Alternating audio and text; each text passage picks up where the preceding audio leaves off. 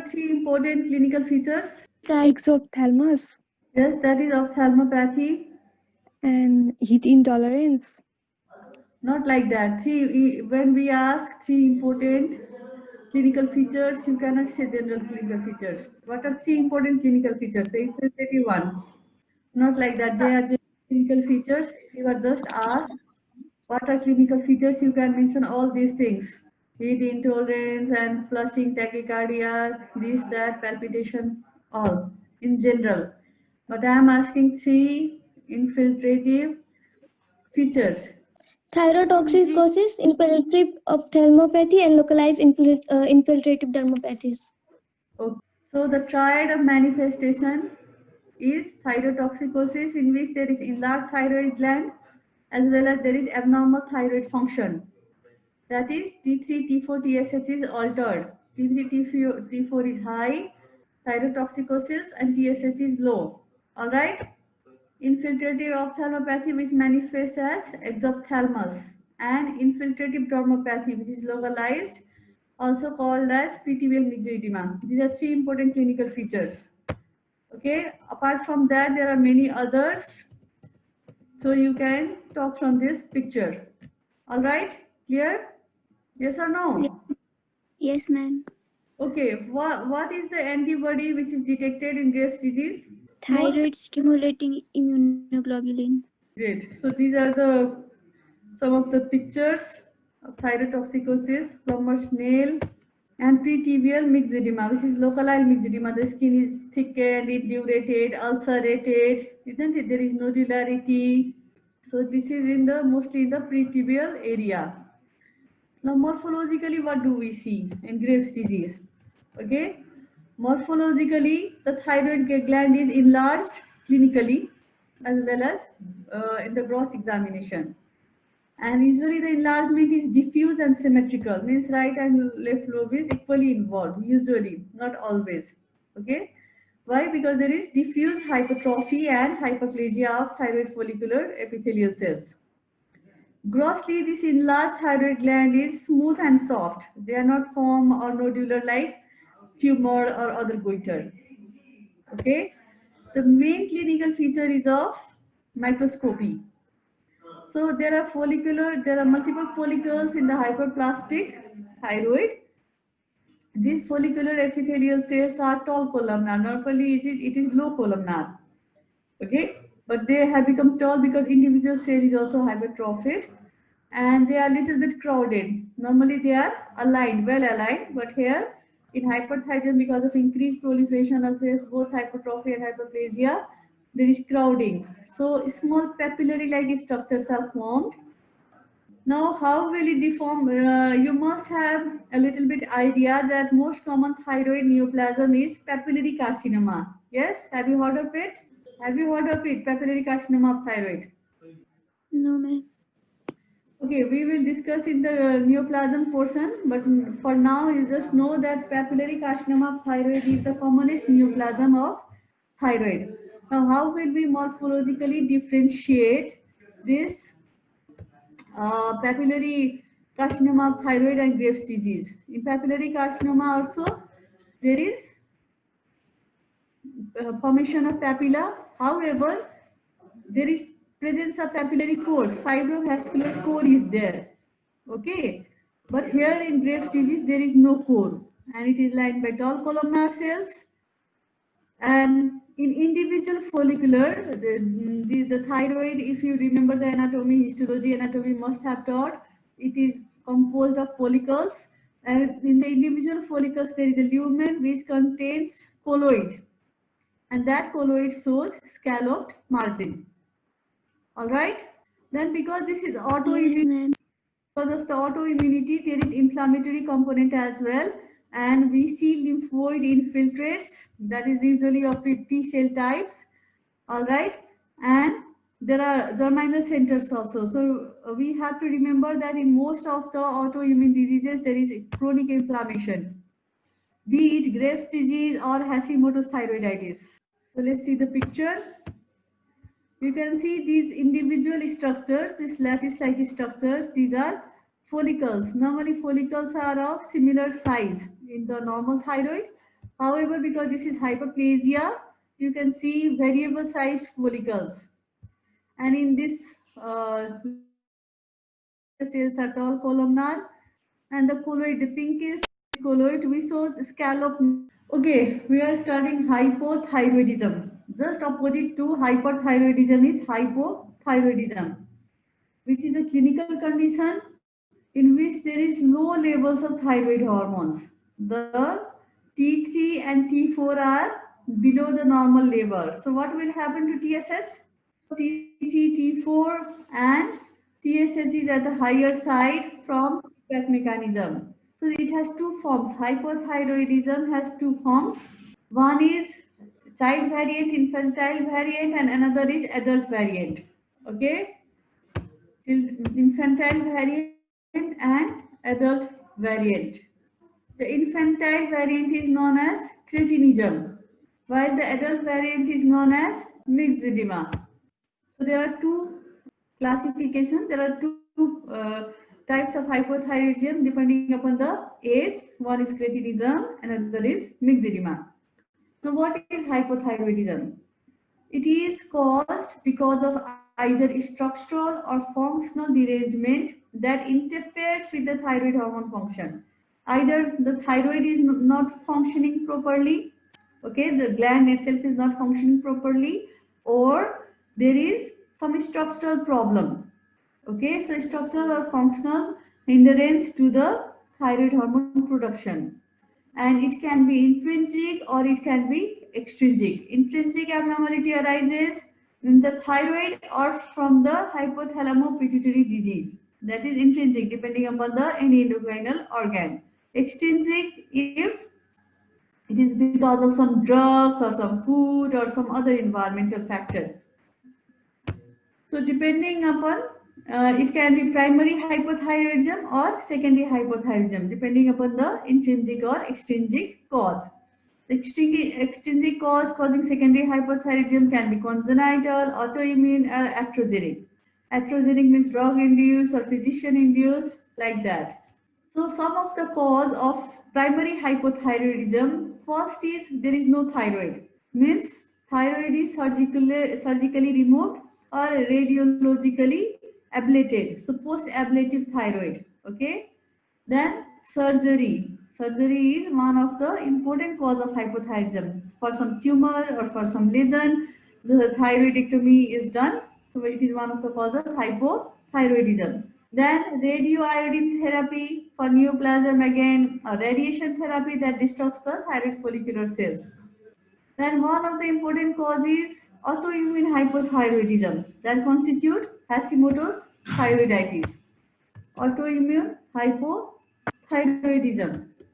Okay, that includes Hashimoto's thyroiditis. Then iodine deficiency, because thyroid hormone production needs iodine, isn't it? The formation of T3, T4 needs iodine. So deficiency of iodine can cause hypothyroidism. There are certain drugs which interferes with the production of thyroid hormone. Can you name some of the drugs? Is it taught in pharmacology? Some of them are mentioned here also, like iodides, lithium, and aminosalicylic acid. Then congenital biosynthetic defect, dyshomogenetic goiter, we say it is one of the uncommon goiter. There is this hormone is produced, but it is functionally abnormal. Dyshomogenetic goiter. Some genetic disorders of thyroid development and some resistance to thyroid hormone are rare genetic disorders, but they come under the primary cause of hypothyroidism. So what we must remember is surgery and drugs. Now there are different type of surgeries. It can be open surgery like thyroidectomy, or it can be radiation ablation or radioiodine therapy. And second most common is autoimmune thyroiditis, which is actually most common cause of hypothyroidism in our part of world. Okay, then secondary cause can be hypothalamus or pituitary. Okay, that is central cause, secondary but central cause. So clinically, this hypothyroidism manifests depending upon the age, whether the patient is infantile or adult. If it is infantile, the patient develops cretinism. Cretinism refers to hypothyroidism that develops in early childhood or infancy. There are two types of cretinism. One is endemic cretinism. When there is the word endemic is used in case of thyroid, always remember it has something to do with iodine deficiency. Because in some portion of the geographical area there is deficiency of iodine. Now how geographical area has deficiency of iodine? The mud itself, the soil itself is carrying less iodine, so the fruits, vegetables, water, they all contain minerals. No, why we say the soil is good for this cultivation and the soil is good for that cultivation, because it contains lots of minerals. So some particular geographical area, usually the Himalayas and the hilly regions, there is lack of iodine. So every production, every agricultural production of that place has got lesser iodine. So that is endemic cretinism. However, because of the supplementation of salt with iodine, this common problem has now become uncommon. There is nothing called endemic here, but still there are people who use non-iodized salt, which comes in unpacked form. So still that trend is there. So because of that, there can be endemic cretinism. Then another is sporadic. Sporadic means it has nothing to do with endemic relation. It can occur in anyone, and usually the cause is enzyme defect, which interferes with the thyroid hormone synthesis. So what are the types of cretinism? Basanta Basnet. Ma'am, the two types of cretinism. One is endemic, and another one is sporadic. Okay, so clinically, how this hypothyroidism will manifest? First, let's talk about cretinism. Cretinism, because it occurs in early in the age, okay, in the young children and infants. So there is this iodine and thyroid hormone. Both are needed for the proper development of skeletal system, central nervous system. So because that development is hindered, that is disturbed, so there is severe mental retardation. Many children who have since childhood, they are born okay, and since childhood there is features of mental retardation. We must rule out hypothyroidism. We must do their thyroid function. If they are sluggish, they are not very active, their milestones are not proper, okay, then gradually when they gain weight and height, we find that there is short stature, the facial features are coarser, they look aged than their age, coarse facial features, and tongue is always protruded, and there is umbilical hernia. So all these cases of mental retardation, short dwarfism, and protruding tongue and umbilical hernia, we should evaluate hypothyroidism. They can be creatine child, and this cretinism not only develops because of the lack of this iodine or improper thyroid function after birth, they can be congenital, because if mother has altered thyroid function during pregnancy, then the in utero fetus is also affected. So every pregnant lady has to undergo the thyroid function test. For medicos, especially who are very much aware, they should do their thyroid function test before conception. That is so that they can check, they can correct the thyroid function, and then they can plan the baby for the literate people. But for the unknown people who have no idea, at least they should undergo proper investigation by the gynecologist. Now, the severity of mental impairment is influenced by what is the time of onset of deficiency state in utero. For example, normally the maternal hormones that is important for the fetal brain development into T3, T4, they cross the placenta. If there is hormone in mother on the expense of mother's thyroid hormone, like mother will become hypothyroid, but the baby will get T3. Suppose a mother is hypothyroid state. At hypothyroid state, she is pregnant, then on her expense, she become more hypothyroid, but the baby will get T3, T4 in the early phase. Okay? If maternal thyroid deficiency is present before the development of fetal thyroid gland, that can cause severe mental retardation. Means if it is inefficient, mother is hypothyroid before fetal thyroid development, there can be chances of severe mental retardation. If mother becomes hypothyroid in later part of the pregnancy, in which the fetal thyroid has already developed, at least the brain development occurs. Fetus is not mentally retarded. Other things can be there like short stature and all if it is not corrected on time.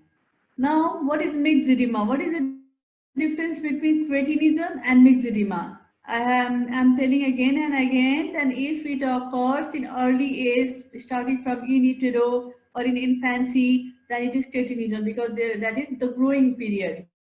So the brain is developing, skeletal system is developing. Okay, so there is mental retardation, short stature, and other features. There is sluggishness, there is coarse facial features, and all. If this happens in older children and adults, then this is known as mixed edema. Now we should not get confused with the term mixed edema and pretibial mixed edema. Pretibial mixed edema is a localized infiltrative edema. There are accumulation of myxoid substance like GAG, glycosaminoglycans, so it is called pretibial mixed edema, which is feature of Graves' disease or hyperthyroid condition. The mixed edema proper is a discrete term for hypothyroidism. When you are asked in which condition you see mixed edema, you should answer hypothyroidism, not hyperthyroidism. So be clear about that.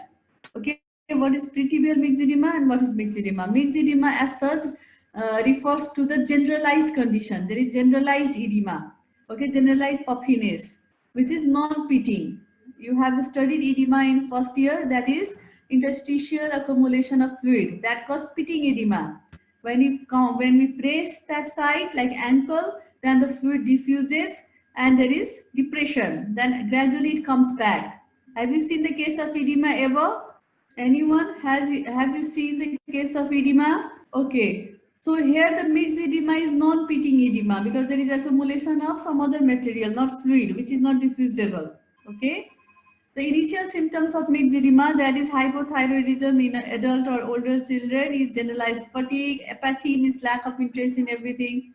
Mental sluggishness is not good in studies, not active. Okay. And all these features actually mimic depression.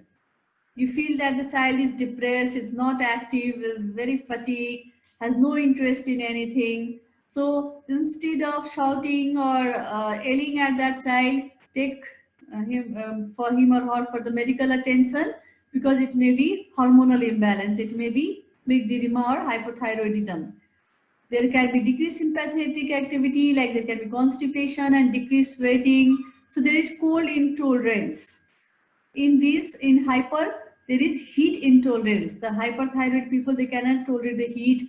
There's a lot of sweating, and they always need fan or AC. But here there is cold intolerance. The skin is cool and pale because there is decreased blood flow, and the cardiac output is reduced. Shortness of breath is there.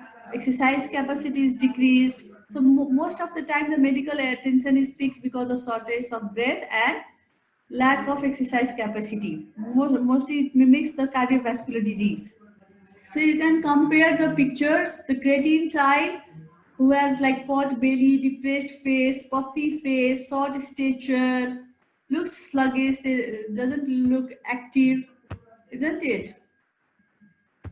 While the mixed edematous child has a coarser look. Looks the older. This is a picture of an old child, means pre-adult child, but his face looks quite mature because there are coarse facial features. There is dry hair. The eyebrows are thin in the lateral part. There is periorbital edema, and puffy dull face with dry skin, as if so there is so much apathy, lack of interest, kind of. There's some other pictures which shows protruded tongue. Okay, in the first picture you see this is same child, and just compare the face. Before treatment has puffed up, dull looking face with protruded tongue. Can you notice? And in the picture B, he looks so cute, isn't it? It has bright eyes, very nice face, very smart expression.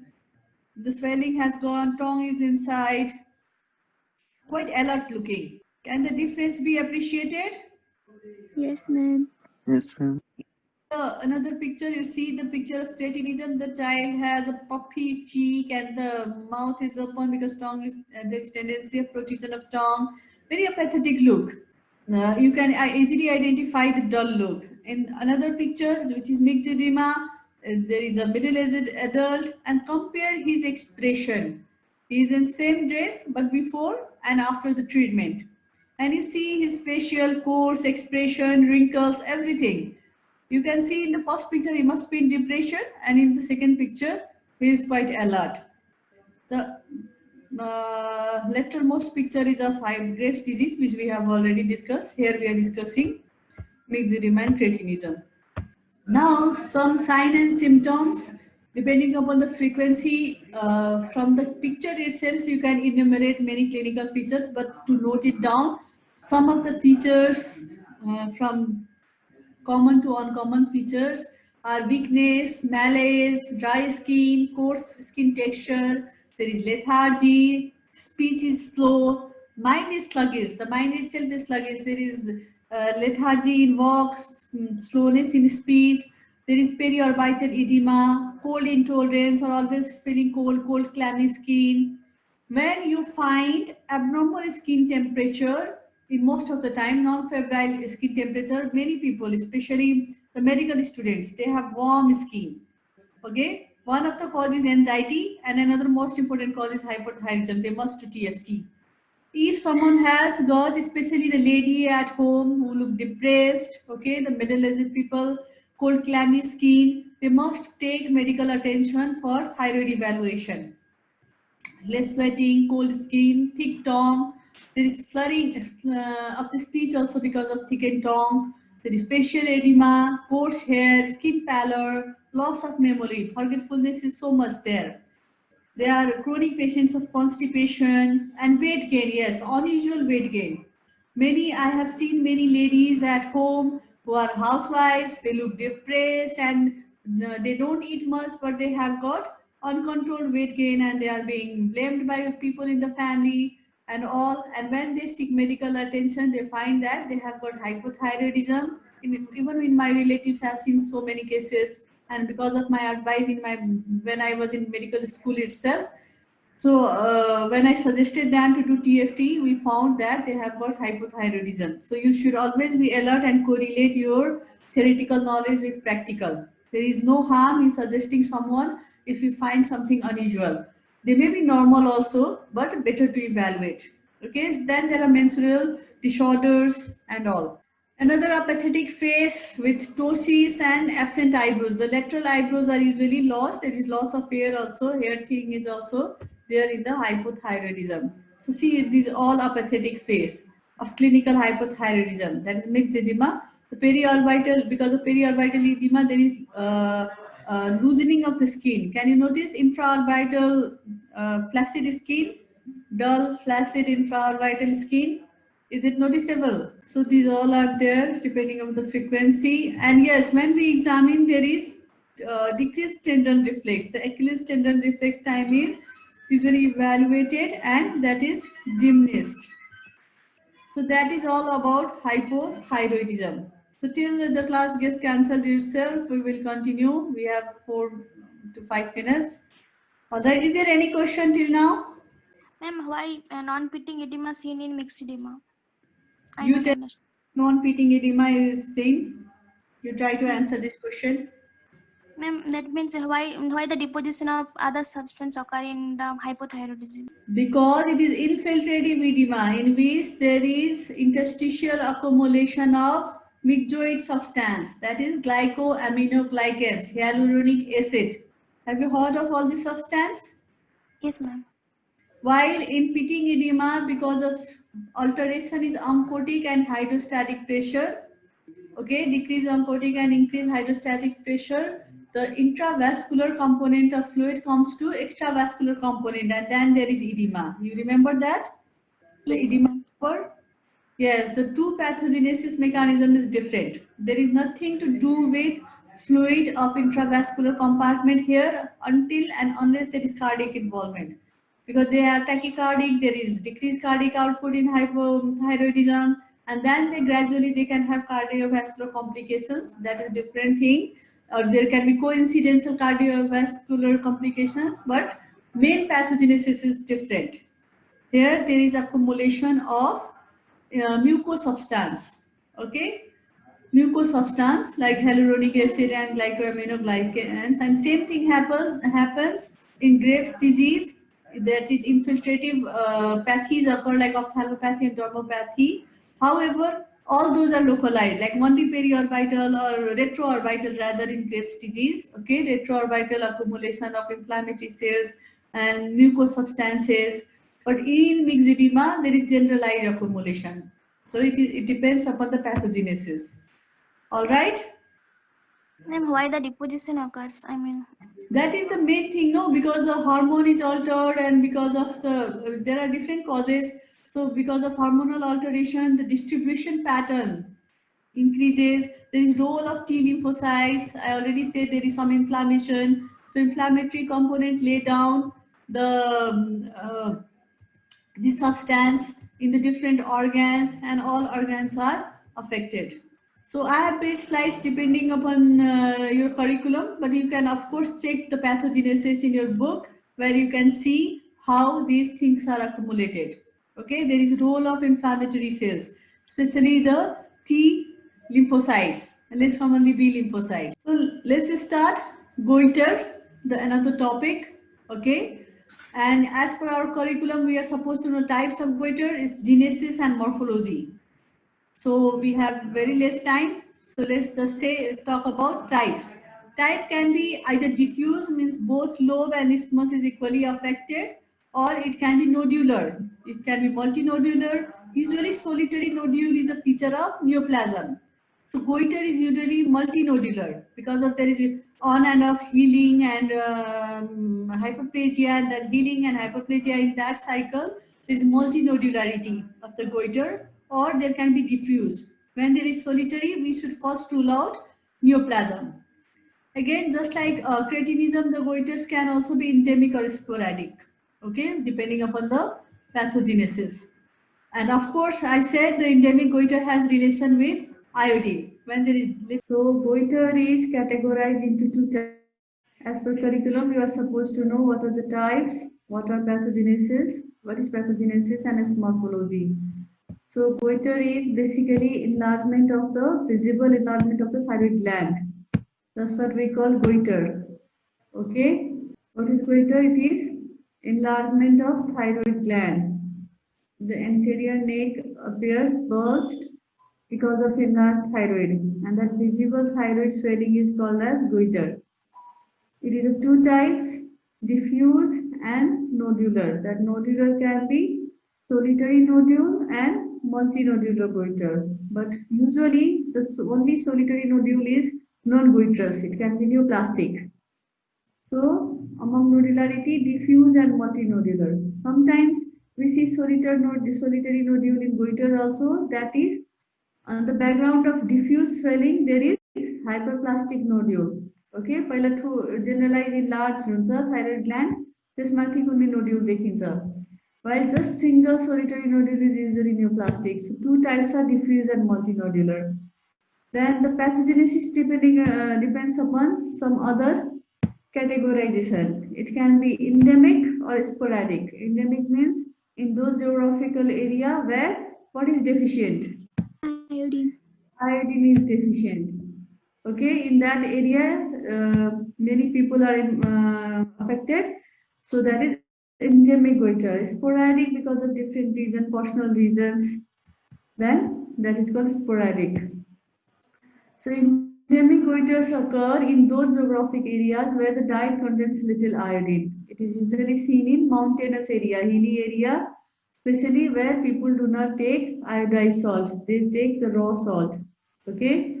And the term endemic is used when in that area, in that particular geographic area, if at least or more than 10% of population is involved. Suppose in Palpa district, if 10% of population has got goiter, diffuse or multinodular goiter, then we can designate that it is endemic. All right.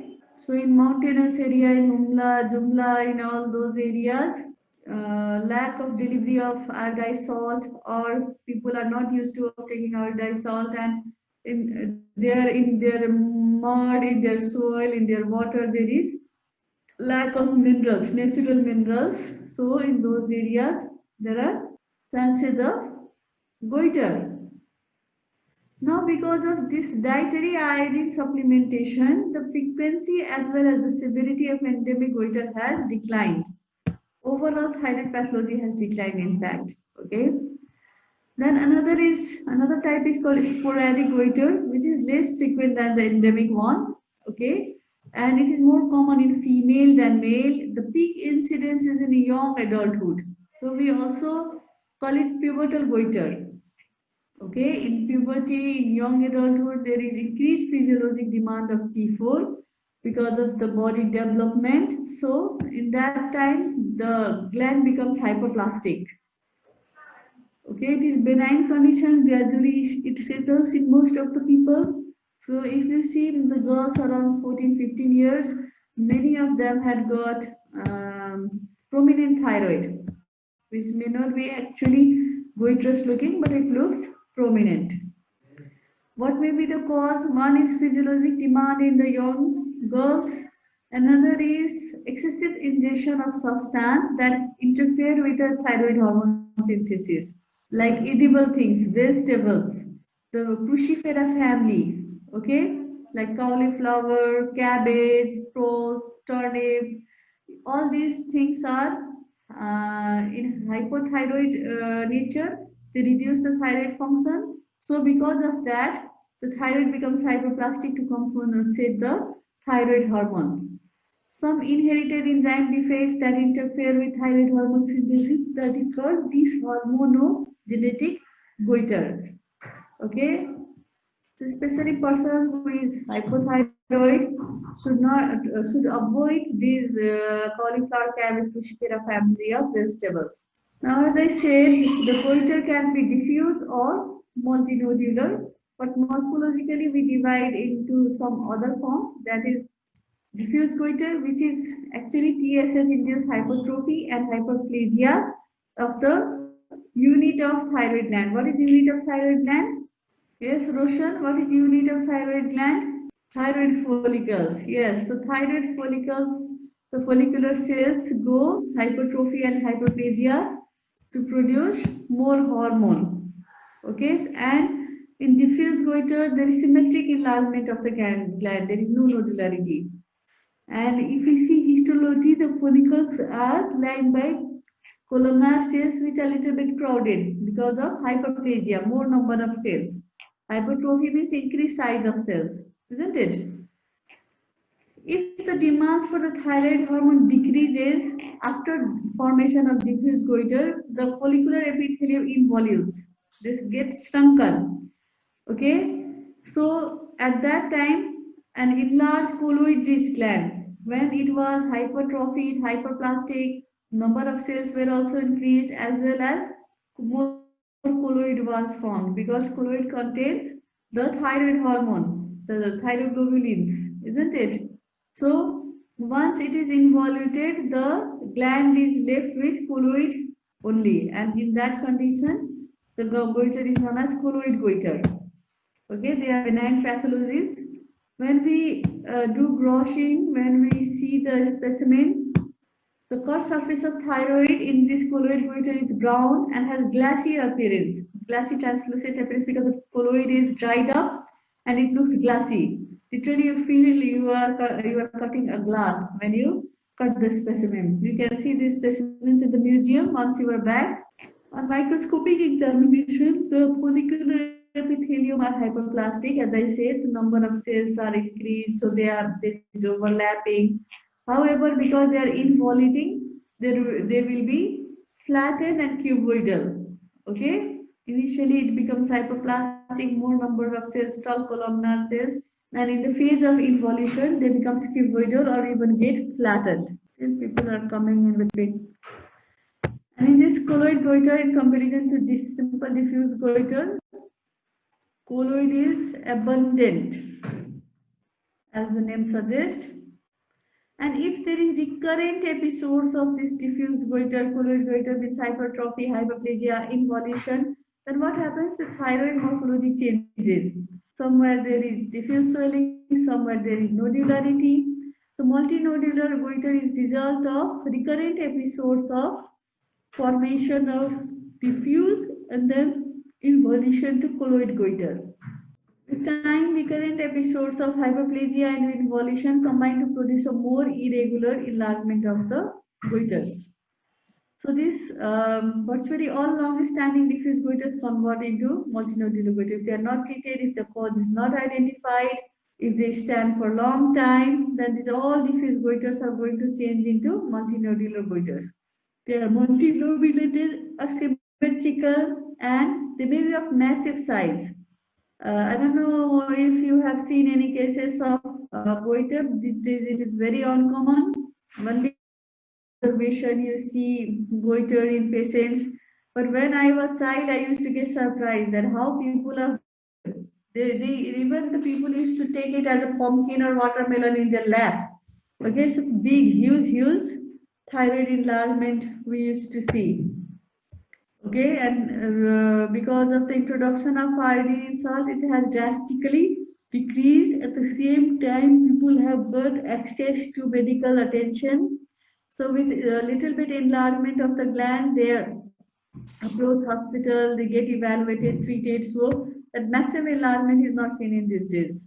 Now, when we do brushing of this, we see morphology, gross morphology of the multinodular goiter, they appear irregular.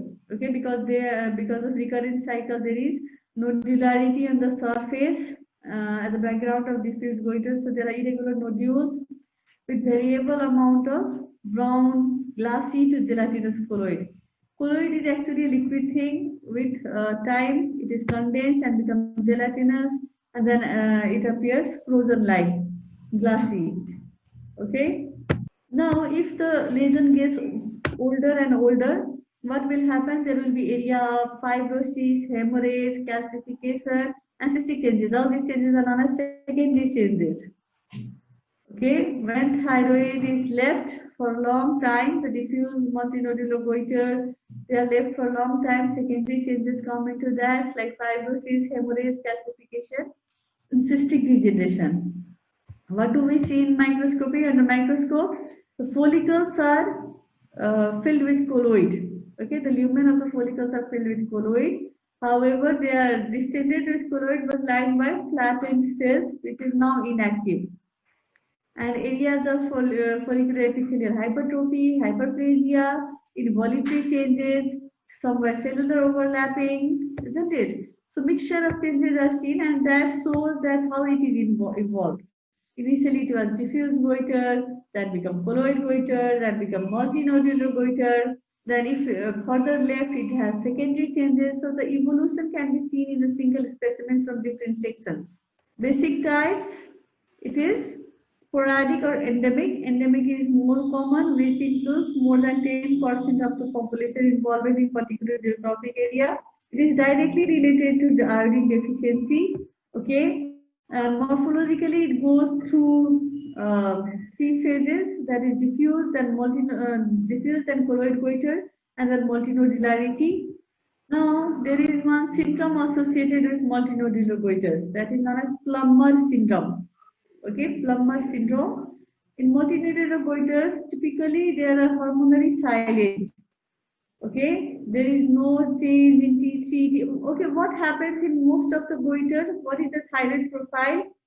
What is the hormone evaluation? Hypothyroidism.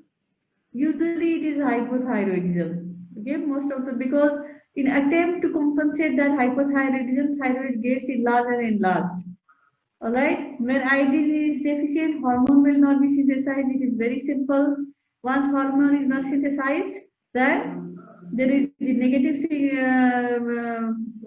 there is signal for positive mechanism. The TSS will be released more. It will stimulate the thyroid more, and thyroid will be exhausted. It will become enlarged, hypertrophic, hyperplastic with lesser output of the hormone. So there is hypothyroidism, because to synthesize the hormone, not only TSS is needed, what is needed? Iodine, which is deficient. So in most of the thyroid hormones, goiter are hormonally silent. Even the hypothyroidism is detected incidentally under evaluation. They are not typical mixed edematous. What we have already studied, there is mild derangement, so it is not detected, so it is usually clinically silent until it is very severe. But in very few cases, approximately 10% cases, if they are suffering for over 10 years, they may manifest thyrotoxicosis. Okay, and that thyrotoxicosis is usually secondary to the development of autonomous nodule that produces thyroid hormone independent of TSH stimulation. I hope you are understanding the negative and positive feedback mechanism, that if the peripheral organ is not able to synthesize the hormone, the hypothalamus pituitary axis will be stimulated. They will produce releasing and stimulating hormones, and those hormones will act on the peripheral organs. So in case of thyroid, the thyroid hormone is reduced because there is no iodine. Now what signal goes to hypothalamus and pituitary? There is no T4 in the periphery. So what will they do? Hypothalamus will produce TRS, okay, and that TSS will act on thyroid to produce hormone. In Plummer syndrome, what happens? Irrespective of, independent of TSH stimulation, whether the hypothalamus-pituitary thyroid axis is activated or one autonomous nodule is capable of producing more thyroid hormones. Okay, in that case, the condition, there is the thyrotoxicosis along with multinodular goiter, that is known as toxic multinodular goiter, which is usually less common. Okay, in only 10% of cases who are suffering from more than 10 years, we usually see Plummer syndrome. That is, so if you are asked what is Plummer syndrome, simply say it is toxic multinodular goiter. Now, what do you understand by toxic multinodular goiter? Mostly the multinodular goiter is silent. However, in very few cases, they are associated with thyrotoxicosis, which is independent of the TSS production. Clear? Yes, ma'am. Okay. And the thyrotoxicosis will definitely be different from the real thyrotoxicosis, because there is both lack and excess of hormones, so they are usually not accompanied by infiltrative ophthalmopathy and dermopathy of Graves' disease, because in Graves there is role of inflammation also, there is role of infiltrative ophthalmopathy and dermopathy, there is role of chronic inflammation. However, here it is just thyroid hormone involvement. So Graves' disease feature is not seen, however, there is excess of hormone, that is thyrotoxicosis. So goiter is over. Now coming to thyroiditis. Okay, as the name suggests, thyroiditis is, what is it? What is thyroiditis? Inflammation of thyroid. Thyroiditis is nothing but inflammation of thyroid. What are the types of thyroiditis? Thyroiditis, we see chronic inflammatory reactions. Usually acute thyroiditis is not seen. There is role of lymphocyte, plasma cell, antigen presenting cells, and lymphoid structures. Okay, so it is inflammation, usually chronic inflammation, and there is involvement of lymphoplasmacytic infiltrations within the follicles, as well as formation of lymphoid organs, lymphoid structures. Okay, and this formation of lymphoid structure within the thyroid is known as tertiary lymphoid organ. We know primary lymphoid organ, we know secondary. Do you know what are primary and secondary lymphoid organs? Do you have And idea?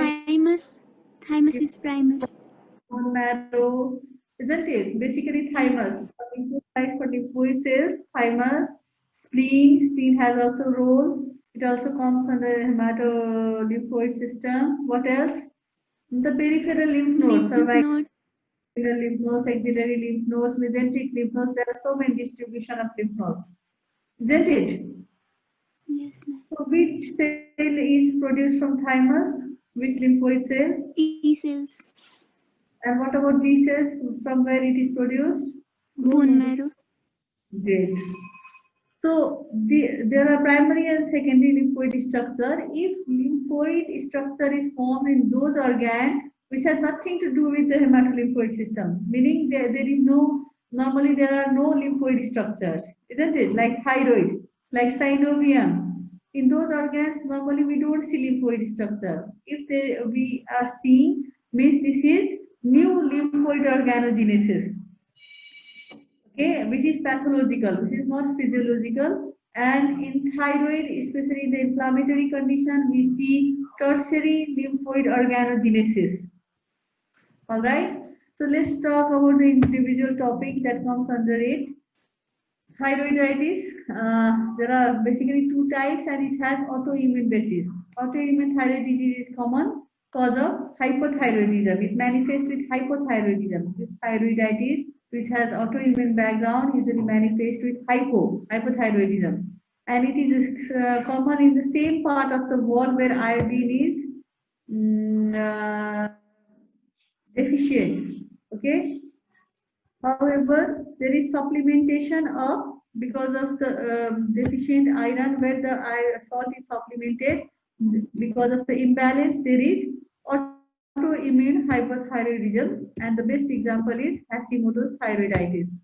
So let's come to the topic thyroiditis proper. Thyroiditis includes a diverse group of disorder which is characterized by different forms of thyroid inflammation. Thyroiditis means it is thyroid inflammation, but it is not a single entity. It is a group of disorder which has different diversities in their genesis and morphology.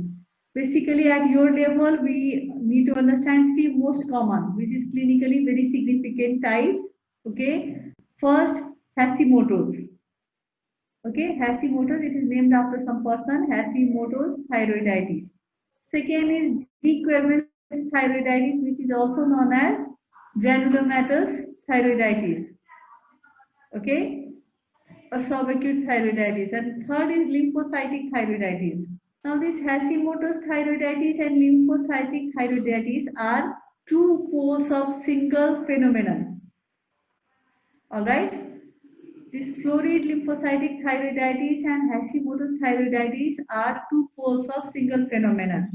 Granulomatous T-Quervain's thyroiditis has different genesis. Among all these three types, which is more common and clinically very important, this Hashimoto thyroiditis is major cause of hypothyroidism in the most of the part of the world. And as I said, Hashimoto's thyroiditis and chronic lymphocytic thyroiditis are two poles of a single phenomenon. Only they vary with a little clinical presentation and little morphological changes. But autoimmunity and all other features, hypothyroidism, they are same. Okay. So here we will discuss under same heading, chronic lymphocytic or Hashimoto's. Only there is difference in little bit in the morphology. So this Hashimoto's thyroiditis is one of the most common cause of hypothyroidism, in which iodine, where iodine is supplemented. Okay, means there is no endemic goiter, there is no iodine deficiency, they are supplemented, they are already supplemented. Suppose in our part of world, isn't it? We are already taking iodide salt, isn't it? What happens? There is gradual thyroid failure. Why? That is secondary to autoimmune destruction of the thyroid gland. Meaning to say that normally what we said, goiter, endemic goiter is most common. It is caused by iodine deficiency or lack of iodide salt, isn't it? But this Hashimoto's thyroiditis, though it manifests with hypothyroidism, it is not directly linked to the lack of iodine. Okay, it is linked with the autoimmunity. So there is autoimmune thyroid failure. It is mostly common in the middle-aged elderly people between 45 to 65 years of age, and overall thyroid pathology is more common in women. Because of various reasons, it is common in women, in female, and the ratio is almost 10 to 20:1, means the female preponderance. Female to male ratio is 10:1 to 20:1. So very common in female. And it is disease of usually older women which occurs at any age, including childhood, however, most common in between 45 to 65. This is autoimmune disease in which there is immune response to thyroid autoantigens. Thyroid own antigen acts as the culprit to induce thyroiditis. There is role of circulating autoantibodies against the thyroid autoantigens. So the immune response leads to what does that autoantibodies do? First, there is autoantigens, thyroid autoantigens, against which autoantibodies are formed and they are circulating. Okay, so what do they do? What do they do? They cause progressive depletion of thyroid epithelial cells. Thyroid failure, they simply reduce the number of thyroid follicular cells. They harm thyroid follicular cells. How? How they harm? How they get it depleted? How the numbers are reduced? Because it causes lymphocytic. Basically, what do you see in inflammation? Inflammation is either acute or chronic. What are acute inflammatory cells, Subham? Okay. So tell me, what are the types of inflammation? Acute inflammation and chronic inflammation. Okay, great. Can you give example? Acute pain, acute inflammation, acute pancreatitis, acute appendicitis. Now tell me, what are the acute inflammatory cells? Ma'am, neutrophils, Chronic inflammatory cells? macrophages, lymphocytes, What else? cytokines. No. I'm talking about cells, not chemical mediators. Don't do blunder. Okay. So acute inflammatory cells are usually the lobated cells. Okay, this you have already studied in first year. We have discussed many times in practical classes, in theory classes. Inflammatory cells are neutrophils, sometimes eosinophils, even sometimes basophils, but most common is neutrophil. Neutrophilic leukocytosis indicates acute inflammation. Chronic inflammation, mononuclear cells. What are mononuclear blood cells? Lymphocyte. In tissue, lymphocytes get transformed into plasma cells. Normally in blood, we don't see plasma cells. If there is plasma cells, it is plasma cell neoplasm. Okay, blood dyscrasias like myeloma and all. We'll not go in that part. So mononuclear cells, lymphocytes and macrophages, and then in tissue it is plasma cells. So here in Hashimoto's thyroiditis, as we said, there is lymphoid organogenesis. So when there is lymphoid organogenesis, it is very simple that it is a result of chronic inflammation. So what do we see in the thyroid? We see lymphoplasmacytic infiltration. And when we are saying lymphoid organogenesis, there is so much lymphocyte infiltration that it mimics the normal lymphoid structure, like lymph node. There are central zone, there are peripheral zone, there is follicular center, terminal center, and that is caused by rim of the small lymphocytes. Have you seen the morphology of lymphocyte, histological morphology? Okay. So we already said it is more common in female. There is role of autoimmunity. The autoantibodies are produced against thyroid own antigens, and they cause damage of the thyroid epithelial cells by lymphoplasmacytic infiltration. To make you understand, we discuss so much: acute inflammation, chronic inflammation, acute inflammatory cells, chronic inflammatory cells.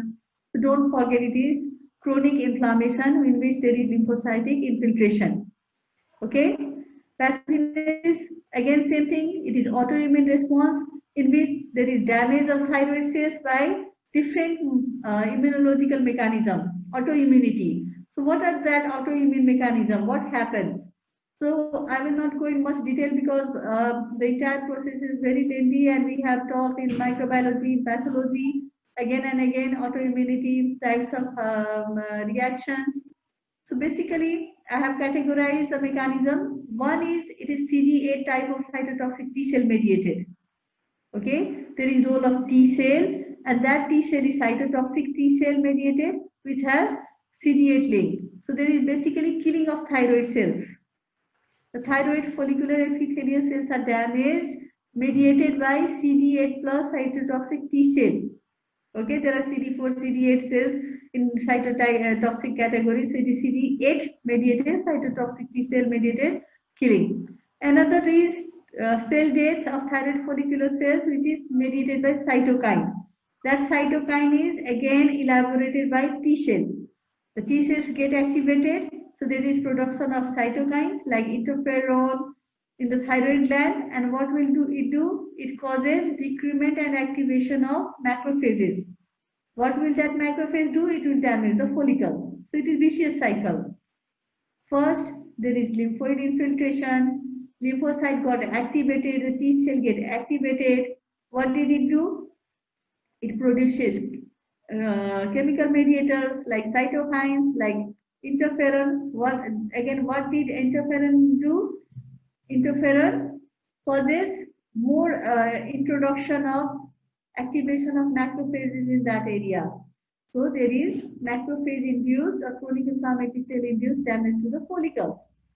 Now, binding of anti-thyroid antibodies. Now, what those anti-thyroid antibodies are? Anti-thyroglobulin, anti-thyroid peroxidase. What was the antibody in Graves' disease? Thyroid stimulating immunoglobulin. Great, very good. So the antibody C, there was thyroid stimulating immunoglobulin. It was going towards hyper stimulating immunoglobulin. Here it is anti-thyroglobulin. Basically, thyroglobulin is normally produced in the colloid, and against that there is antibody formed. And then again, anti-thyroid peroxidase antibodies, antibody-dependent cell-mediated types. So it is common in women, yes, between 45 to 65, usually older women. It is autoimmune disease in which there is circulating thyroid autoantigens against the, and there is formation of circulating antibodies against the thyroid autoantigens. Then we were left with morphology. There is a role of cytotoxic T cells, which causes destruction of thyroid follicular epithelial cells. The basic pathology is there is circulating autoantibodies against the thyroid autoantigens, and there is T cell mediated CD8 plus cytotoxic T cell mediated killing of thyroid epithelial cells. So what will happen? There will be depletions of cells, there will be cell death. Along with that, because there is role of these T cells and cytokine mediated cell death, so there will be inflammatory reaction that will cause what? Recruitment of macrophages and further damage of follicles. What are the thyroid antibodies? Yes, anti-thyroperoxidase and anti-thyroglobulin. There is also some role of genetic susceptibility, and the associated genes are basically CTLA4. That is cytotoxic T lymphocyte associated antigen 4 gene. CTL is cytotoxic T lymphocyte, A4 is antigen 4. So cytotoxic T lymphocyte associated antigen 4 gene, which codes for the negative regulator of T cell response. So if it is mutated, the negative regulator will be absent. So there will be more response of T cells to any autoimmunity. This CTLA4 gene is labeled or blamed for many genetic disorders. So please note only bold letters. Now coming to morphology, this is autoimmune thyroiditis, Hashimoto's thyroiditis. There is diffuse and symmetric enlargement of thyroid gland. Grossly, clinically, there is diffuse and symmetric enlargement, no nodularity. This is not neoplasm. This is thyroiditis, which involves entire thyroid, while goiter may involve a portion of thyroid or entire thyroid. So you have to differentiate. Clinically, because this is inflammation, patient will complain of pain. Most of the time in goiter or neoplasm, there is no pain. Okay, clinically, but the clinical feature was not mentioned in curriculum, so I haven't made the slide. But you should know clinically also how to deal with the thyroid swellings, depending upon the complaint, depending upon the duration. Suppose someone is saying, I'm having painful anterior neck swelling, then ask her to go hospital as soon as possible, because this is inflammatory condition and may progress much. If there is diffuse with long-term history, then nothing to worry, but should be evaluated. If there is solitary nodule, then that may be neoplasm, so evaluated in that way in respective centers. So here now coming to microscopy, microscopic examination shows there is thyroid parenchyma, which is infiltrated by chronic inflammatory cells. In last class also we discussed what are chronic inflammatory cells? Lymphocyte, macrophages. Lymphocytes. Lymphocyte means all the white cells. Lymphocytes, macrophages, plasma cells. All right. So mononuclear inflammatory infiltrates are chronic inflammatory cells that comprises of small lymphocytes, plasma cells, and sometimes there is what? Tertiary lymphogenesis, isn't it? We discussed in class, thyroid is not a lymphoid organ, isn't it? It is not a primary lymphoid organ, it is not a secondary lymphoid organ. However, in this disease, there is lymphogenesis. How will we call lymphogenesis? The lymphocytic infiltration is not called lymphogenesis. When there is formation of germinal center, we call it lymphogenesis. Means new lymphocyte cells are getting birth at the same site. Okay. So you can see the picture. In this condition, because of this inflammatory response, the thyroid follicles are atrophic. They are lined by specialized type of cells known as Hürthle cell. Have you heard of Hürthle cell before? So H, always remember H for Hashimoto's in thyroid and H for Hürthle cells in thyroid. Okay. Hashimoto's has got Hürthle cells. Not all the cells become Hürthelized or oxyphilic. The other name of Hürthle cells are oxyphilic, which may come in other sites also. But in the context of thyroid, it is called, the oxyphilic cell is called Hürthle cell. So where there is Hürthle cell, that is Hashimoto's thyroiditis. Both stands for H. So that is a clue. And these thyroid follicular cells become specialized in appearance with presence of abundant eosinophilic cytoplasm and granularity. Abundant eosinophilic granular cytoplasm. And this is metaplastic response of long-term inflammation. These Hürthle cells are nothing but they are metaplastic cells. Okay. So when we see these Hürthle cells under electron microscope, they are rich in mitochondria. That's why their cytoplasm contains granularity and become dense. Now you see this is section from thyroid of a patient who had got Hashimoto's thyroiditis. In the left side, you can see there are some atrophic thyroid follicular cells. You cannot visualize the Hürthle cells because the lining epithelium is so small, cuboidal to flatten. However, under high power view, we can appreciate that the cytoplasm are Hürthelized. Hürthelized means there is metaplastic change to Hürthle appearance. So can you recognize the follicles in the left side and at the center? Can you see the arrow? You cannot see the arrow. Can you recognize the thyroid follicles? Tubular structure to dekhincha hola ni? Yes, ma'am. Yes, so these tubular structures, honeycomb, tubular, some are large, some are small, some are bigger, cystically dilated, all these are thyroid follicles. And in between these follicles, you can see black dot-like structures, they are lymphocytes. On the right side of the portion of the tissue, you see there are dark and paler areas of mononuclear cells.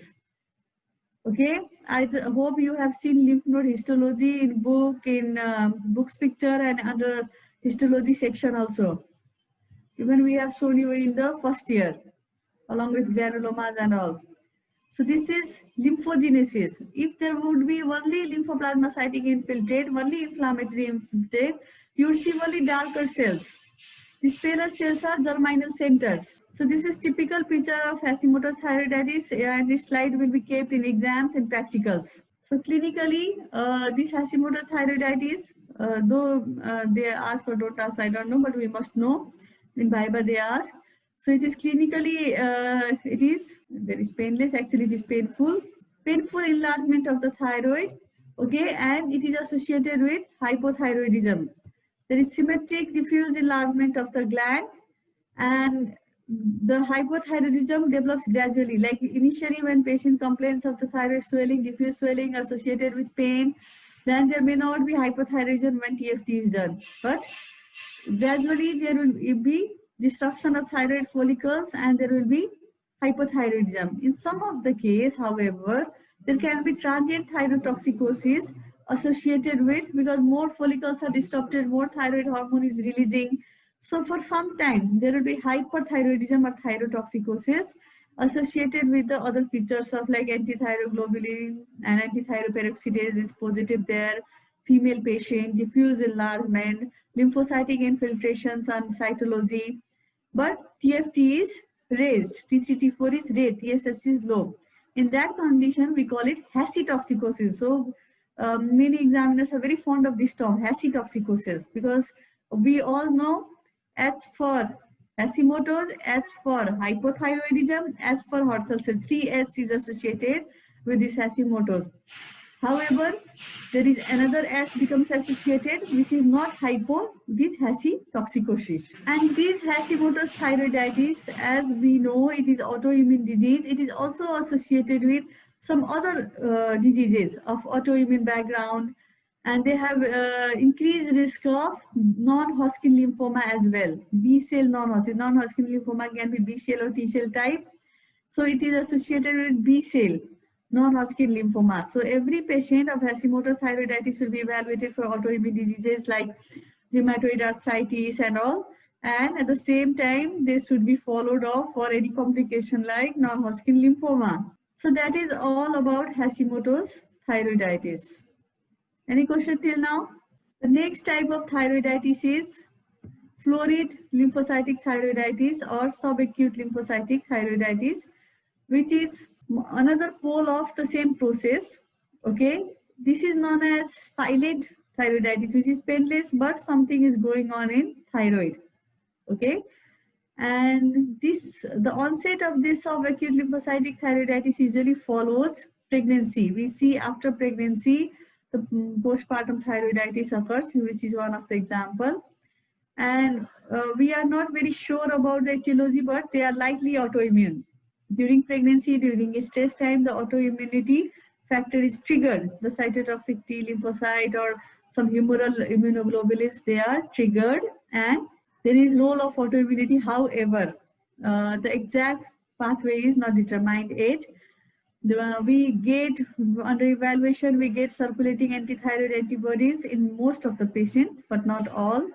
And this is the case in middle-aged women. That means the ladies after 30, 35 who gets pregnant, they have high chances of postpartum thyroiditis. Apart from that, non-pregnant, non-postpartum ladies also can get this painless neck mass and with the features of thyroid hormone excess. Another is riddle thyroiditis. This is very interesting term and very favorite of many examiners. Okay, this is though rare disorder.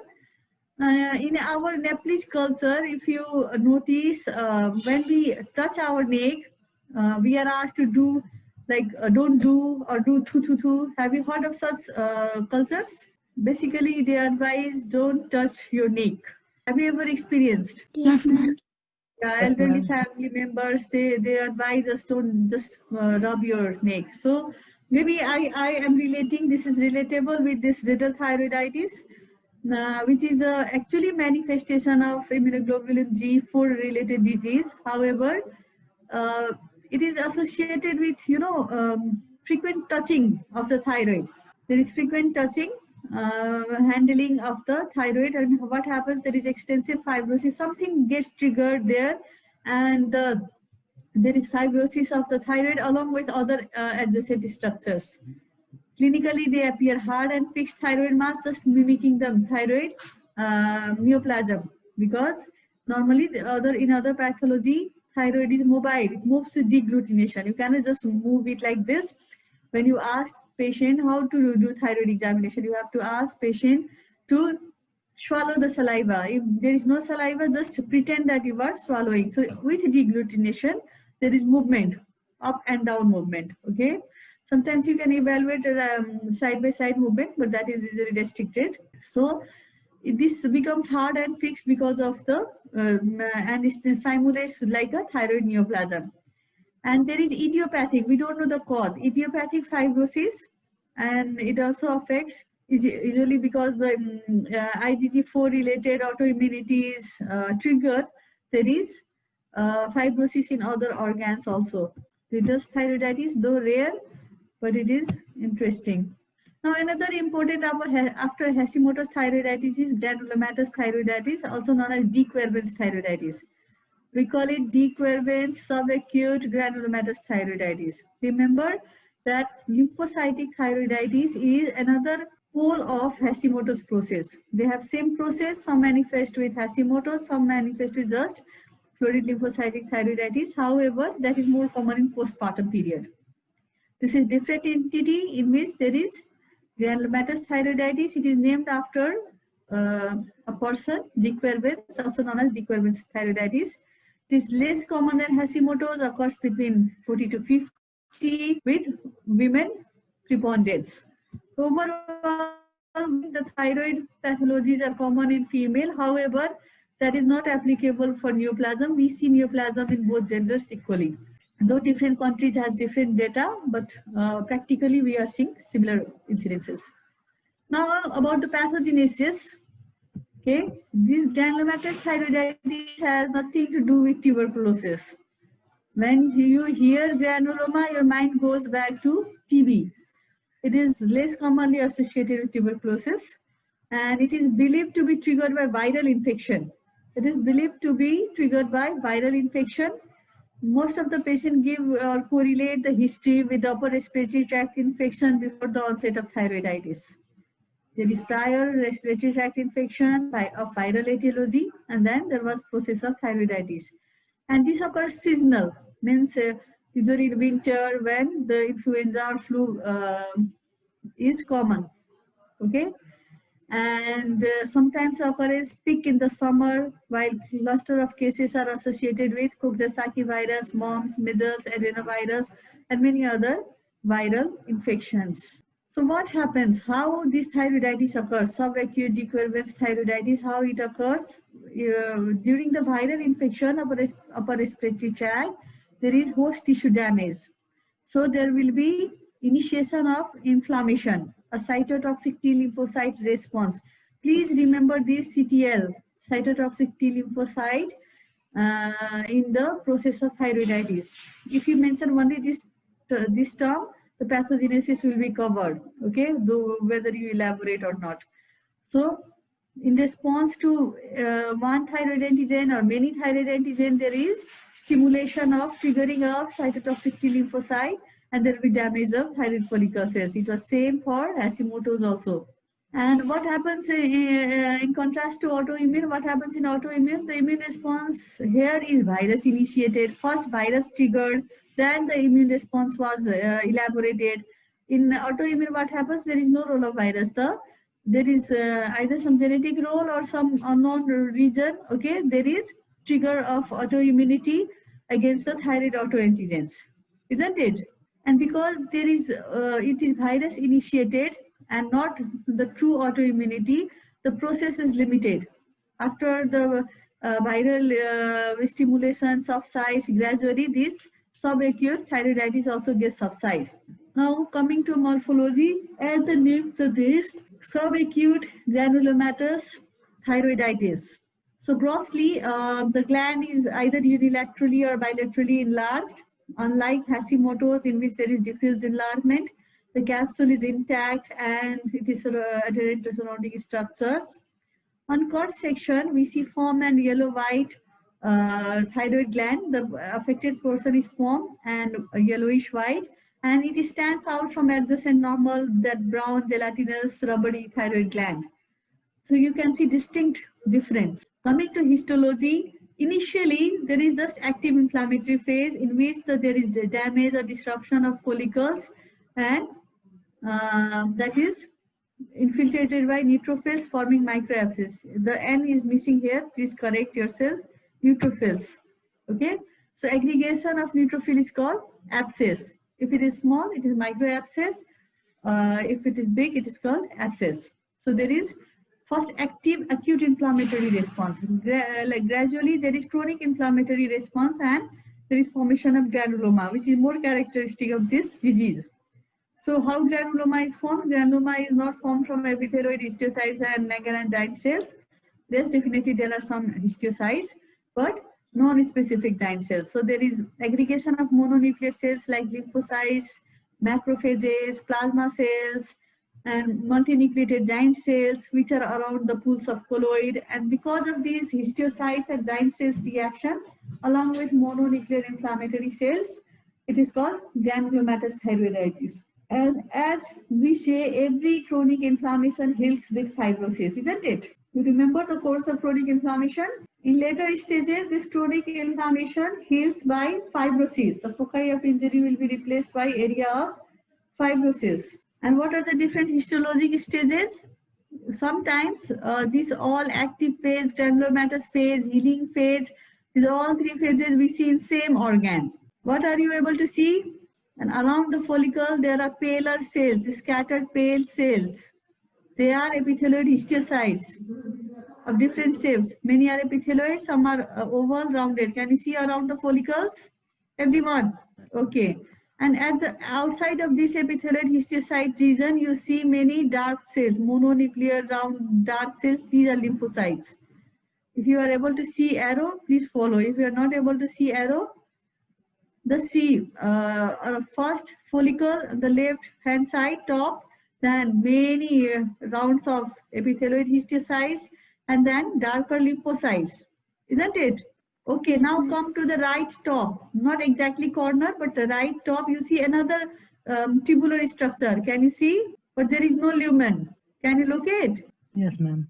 Reed like tubular structure, mala jasto basiरहेको छ नि right hand side ma. That is multinucleated giant cell. The nuclei are pale. Notice it. And in the remaining portion, all are scattered epithelioid histiocytes. There is another follicle in the right lower corner where there is eosinophilic colloid in the lumen. All right.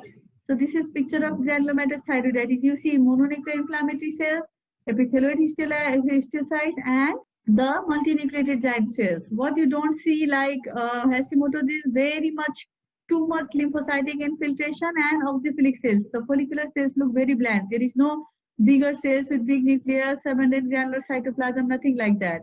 Clinically, they may present with variable thyroid enlargement, pain in the thyroid region, transient hyperthyroid region, which diminishes to 2 to 6 weeks. So when you ask for a patient to do TFT, don't jump to diagnosis. Please follow up.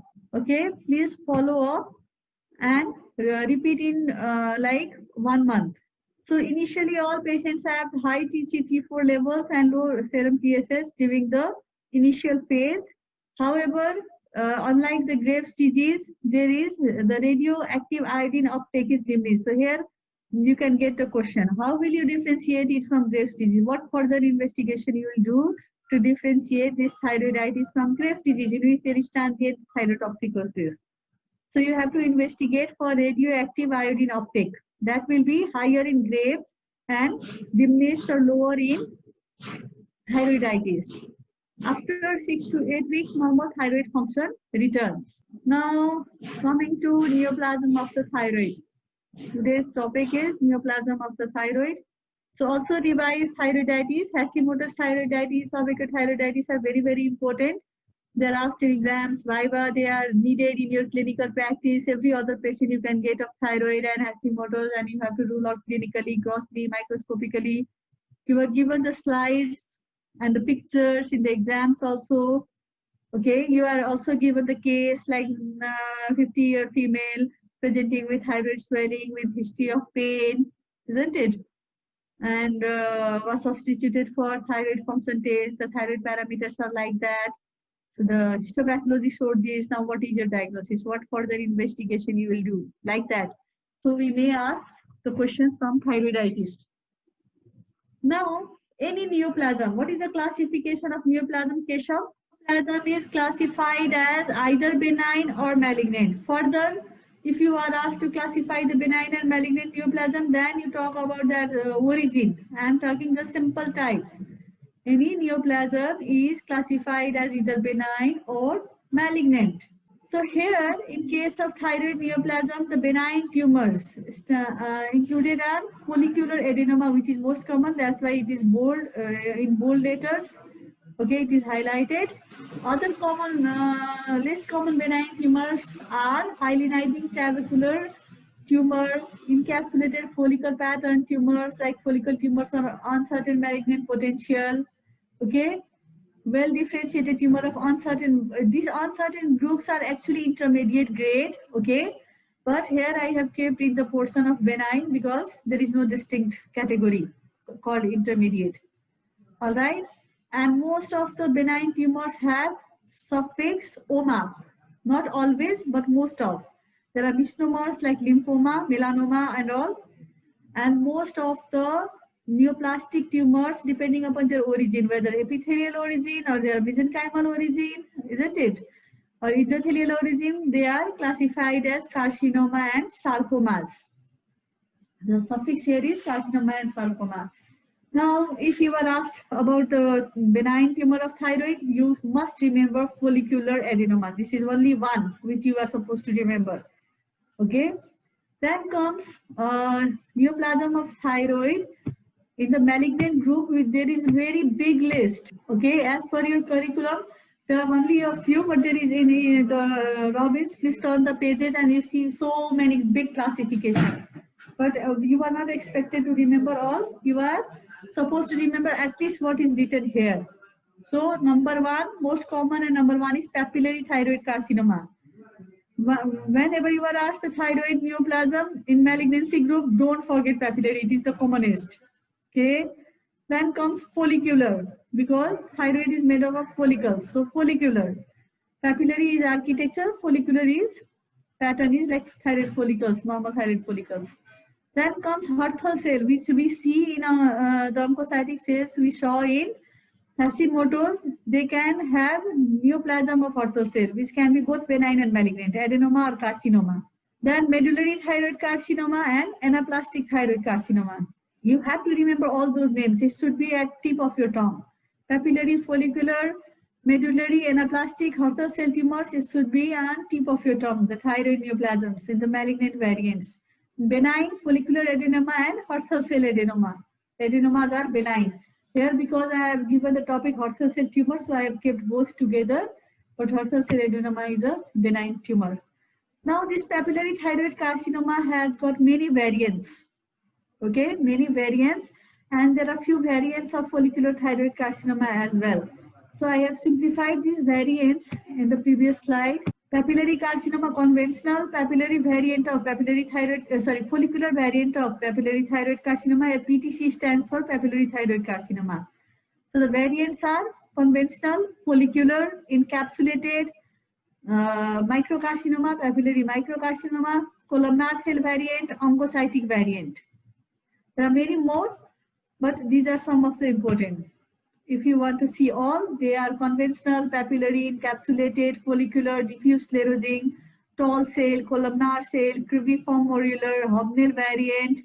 Okay, papillary thyroid carcinoma with fibromatosis or fasciitis like stroma, solid or trabecular variant, oncocytic variant, spindle cell variant, clear cell variant, and Warthin-like variant. So many. Remember as much as you can. Among the follicular, minimally invasive follicular thyroid carcinoma, in which there is only capsular invasion, angio-invasive type, and widely invasive. It depends upon, its classification depends upon the invasion. Okay.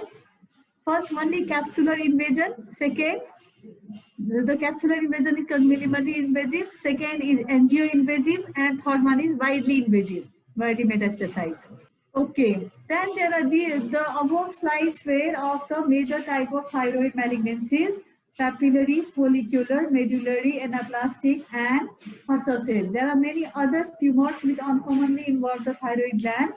Okay, for your level, if you mention that much, we will be more than happy. But if you can add some more, not minimizing the primary tumors, okay, the important tumors. These are some uncommon tumors. If you want to add in your knowledge, some of them are poorly differentiated, squamous cell, mixed medullary and follicular, mucoepidermoid, sclerosing mucoepidermoid with xenophilia, mucinous, ectopic thymoma, spindle epithelial tumor with thymus-like differentiation, intrathyroid thymic carcinoma, paraganglioma, and in my opinion, you remember the primary tumors. Now, about gross and microscopic features, we have already emphasized that most of the thyroid neoplasm presents as a solitary nodule. They are solitary, palpable, discrete swelling. The background thyroid is apparently normal, and there is a single nodule which appears abnormal, which is palpable and discrete. Clinically, the major concern is the possibility of any patient which presents with solitary thyroid nodule. The clinician is worried about malignant neoplasm. However, overall, in case of neoplasm,